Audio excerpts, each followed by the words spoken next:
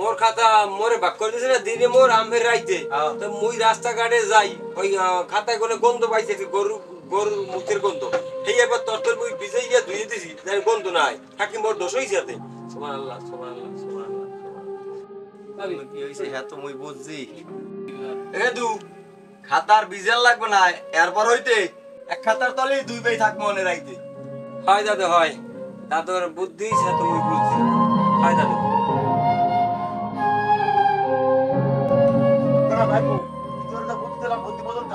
হয় হয় হ্যাঁ? দাদুর আর বুদ্ধি খোলছে খোলবে না বুদ্ধি দিতেছে কেনা তোমার চাচা দিতেছে হয়, হয়। কেনা দিছে না তো আমার বুদ্ধি কামে লাগছে চাচা ওই গুলো তোর বাপের ভাই হয় হয় কাকু হইছে হইছে হইছে আপনার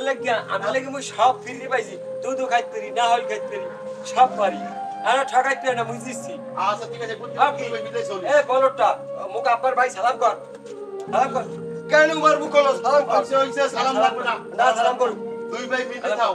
দুই ভাই মিলে থাও তোমরা এরকমের করবা না ভাই ভাই এরকমের করবা না মিলে শোনো কেতু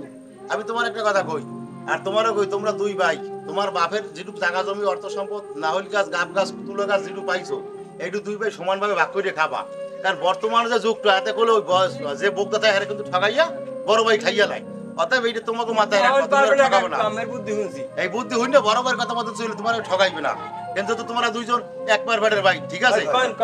আমি বুঝাই কইছি এই কেসে তোমরা করবো না কারণ এরকমের কোনো সমাজের অ্যাভেলেবেল হয়ে থাকে এরকমের যে একটু বোক দা এর কিন্তু ঠকাই খায় বড় ভাই আর যদি ঠগাও হলে খাতা গুলো আবার ভিজামু এই বলছো না না না ঠকাম না ঠকাম